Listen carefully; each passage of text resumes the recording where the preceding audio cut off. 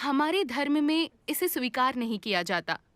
तो मैं एलजीबीटी समुदाय या समलैंगिकता के धर्म से संबंध पर आपका नजरिया जानना चाहती हूँ।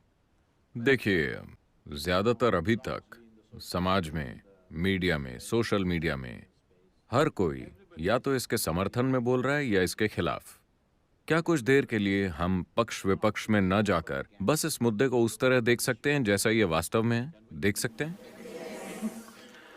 मुझे देखिए, मैं इन चीजों से शर्माता नहीं हूं। ये बात साफ होनी चाहिए। जब हम कहते हैं सेक्सुअलिटी, तो हमें यह समझना चाहिए कि ये चीज प्रकृति ने हमें इसीलिए दी है ताकि कोई जाति या प्रजाति कायम रहे, वरना ऐसा नहीं हो पाता।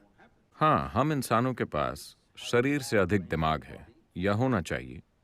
इसलिए हमने एक तरह से प्रजनन के हिस्से को खत्म कर दिया और सिर्फ उसके सुख वाले हिस्से को इस्तेमाल कर रहे हैं। ठीक है, अभी दुनिया में काफी हद तक यही सेक्सुअलिटी है।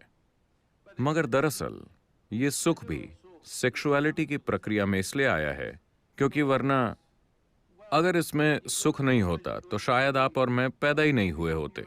अगर इसमें कोई सुख नहीं होता तो शायद हमारे माता पिता इसमें नहीं पढ़ते, आया ना? तो हमारा वजूद ही इसके कारण है। इसलिए इससे इनकार करने या इसे ढकने छिपाने का कोई मतलब नहीं है। मगर किसी की एक खास तरह की सेक्सुअल पसंद है जिसका प्रजनन की प्रक्रिया से कोई संबंध नहीं है, ये उनका निजी चुनाव है। क्योंकि हर व्यक्ति को अपने शरीर के साथ जो वो चाहे वो करने का हक है, क्योंकि वो उनका शरीर है।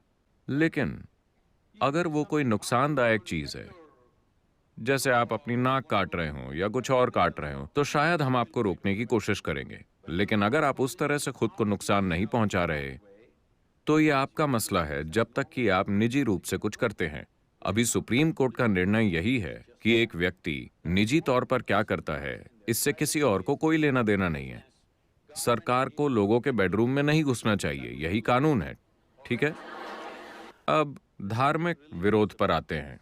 इसमें कुछ भी धार्मिक नहीं है। हमें उनके खिलाफ भेदभाव करने की जरूरत नहीं है, उन्हें तंग करने की जरूरत नहीं है, उन्हें जेल में डालने की जरूरत नहीं है, मगर साथ ही इसका प्रचार करने की भी जरूरत नहीं है। तो जब आपके माता पिता कुछ कहते हैं, वो अपने धर्म का हवाला दे सकते हैं क्योंकि उन्हें लगता है कि वो एक सत्ता है।